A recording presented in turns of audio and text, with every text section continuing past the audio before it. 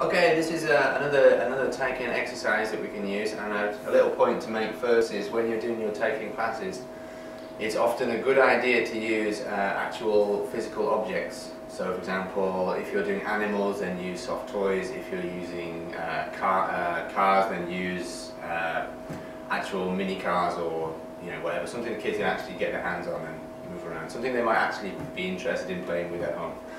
Okay, right, so we're going to look at an animal exercise, which is another one I do in Taiken classes. So you start off with your box. Okay, so here is our box of animals here, and with all the materials you use in all your classes, you should try to make even your containers look as interesting or pretty or whatever as possible. So this one's got nice animals on it or whatever, so instantly it looks better than just a normal plain cardboard box. Right, so we start off the exercise. The kid would be sitting here, and what you want to do is to get the kid to try to imagine what's going to come out of the box next. So you start off with, okay, so what could be in my box? So in my box, of course, we have some animals, and lift the lid and you make the animal noises, and the kid has to guess what might come out. So here we go. So the first one could be okay, so of course it's a dog. So out comes the dog, and the kid has to say, okay, so what's this? It's a dog. Okay, very, very simple, but in your Taiken classes you want the student to be as comfortable as possible, and you don't want to be trying to confuse kids in Taiken classes. You want them to be doing stuff they can manage, so simple is fine. Okay, so it's a dog. And then you make another noise, like, okay, here comes the chicken. Okay, what is it? It's a chicken. Okay, and then you finish with all the animals on the table, of course, like the monkey, the lion, the cow.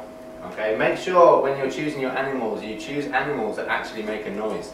So for example, things like zebra, giraffe, panda, they look very nice, but it's very difficult, you can't make a noise with those animals. Okay, so you've got all these animals on the table, and then the kids then move. Okay, so we move the kids, and I bring my chair into the middle of the room, and I have the child sitting next to me, and the kid sits down here, and once again I drill all the animals one more time into a line in front of the children.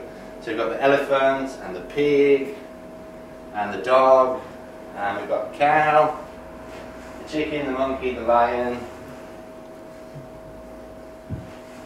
and the hamster.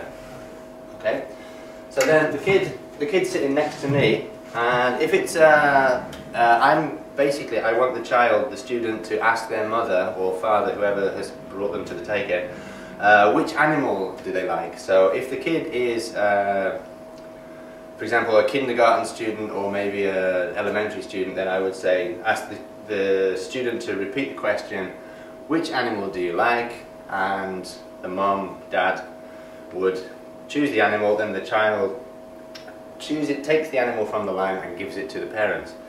And if it's a baby student, then I would ask the mom, and the kid would just have to choose the animal without maybe having to verbalize the answer. So then all the animals are now in the mother's arms or father's arms over here. Okay, so the animals are all here, and then I bring the box over to where I'm sitting, and I speak to the child and say, oh, I'm tired. Okay, maybe it's bedtime, so let's put the animals to bed.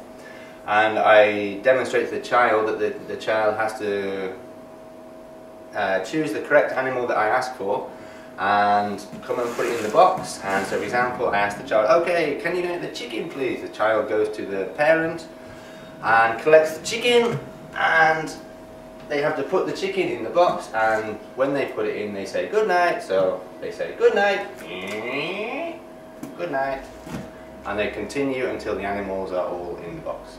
Thank you.